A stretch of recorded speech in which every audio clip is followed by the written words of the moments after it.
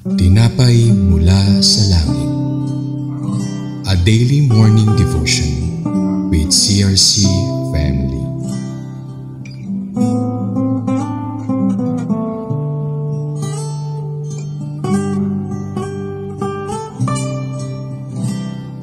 Isang mapagpalang umaga po sa inyong lahat. Ako po si Deacon Jason at welcome po muli sa ating programang Tinapay Mula sa Langit. Ang ating araw-araw na pagninilay ng salita ng Diyos. Ngayong umaga, tatalakayin po natin ang Joshua chapter 16 verse 5 to 10. Pero bago po tayo magpatuloy, tayo po muna ay dumako sa isang maikling panalangin. Panginoon, maraming po salamat sa umagang ito at kami po humihingi ng patnubay paggabay. Bigyan niyo po ang inyong lingkod ng knowledge and wisdom at kayo po Panginoon na siyang makita sa aking buhay. Kayo po siyang manguna at ang salita niyo po Panginoon ang siyang tumatak sa mga puso't isipan ng sa gayon Panginoon ay makuha namin ang pinapayuhatig ng iyong mga salita sa umagang ito. Samahan niyo po kami at ito po ang aming sabatalayan sa pangalan ni Jesus. Amen. Joshua chapter 16 verses 5 to 10. Verse 5. Ito ang baging napunta sa mga lahi ng Ephraim. Ang hangganan ng kanilang lupain ay mula sa Atarot, Adar, hanggang sa Bet Horon sa itaas. Verse 6. Mula roon, ang hangganan ay patungong kanluran hanggang sa dagat na sa bandang hilaga ng Mikmetat. Patungong silangan sa Taanat Silo, dumaraan sa Anoa. Verse 7. Mula sa Hanoa ay bababa sa Atarot at Naarat, dadaan sa Jericho at lalabas sa Ilog Jordan.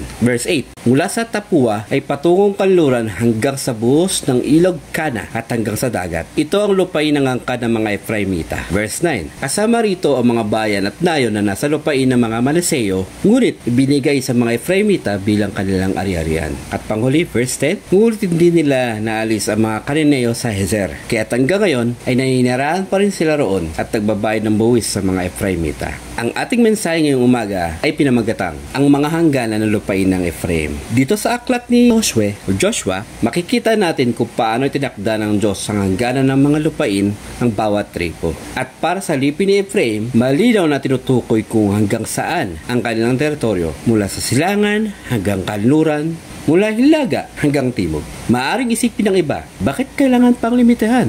Ngunit ang tunay na kaulagan nito ay hindi paghihigpit kundi proteksyon. Ang mga hangganan itinalaga ng Diyos ay hindi para putulin ng biyaya kundi upang maging patnubay. Patnubayan tayo sa tamang landas. Madalas sa ating buhay, gusto nating lumampas sa hangganan ng ibinibigay ng Diyos sa trabaho, relasyon o pagnanasa sa mga bagay. At kapag nakita natin ng iba na mas maraming biyaya ang dumarating sa kanila, ay naiingit tayo at napapatanong lang tayo kay Lord na, bakit sila lang Lord ang pinagpapala mo at bakit hindi ako?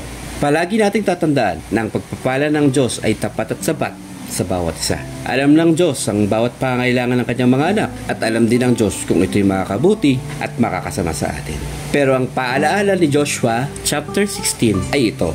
Iba-iba ang hangganan, ngunit pare-pareho may layunin. Ang mga taga-Ephraim ay hindi na itulak palabas ang mga Kananeo mula sa kanilang lupain. Dahil dito, nananatili pa rin doon ang mga Kananeo at naging hadlang sa kanila.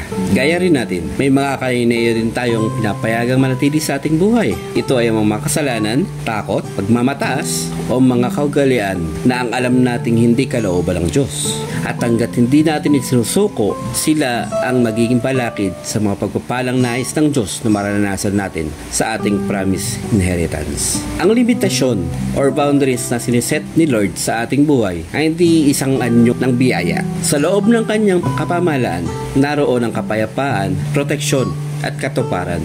Kapag sumunod ka sa kanyang kalooban, ang biyaya ay hindi nauubos sapagkat ang lubusang pagsunod ng itinakda niyang hangganan ay nagiging pinto ng pagpapala at pagliligtas sa kapamakan. Kaya mga kapatid, ang iyong bahagi ngayon ay hindi aksidente kung nasaan ka. Doon ka nilagay ng Diyos upang lumago. Your boundary is your blessing. At kapag tapat ka sa hangganan na binigay niya, ang kanyang pabor ay susunod na kahit saan ka dalhin. Samahan niyo po ako sa ating pangwasa panalangin. Panginoon, salamat po sa aming mga pag-aralan ngayong umaga.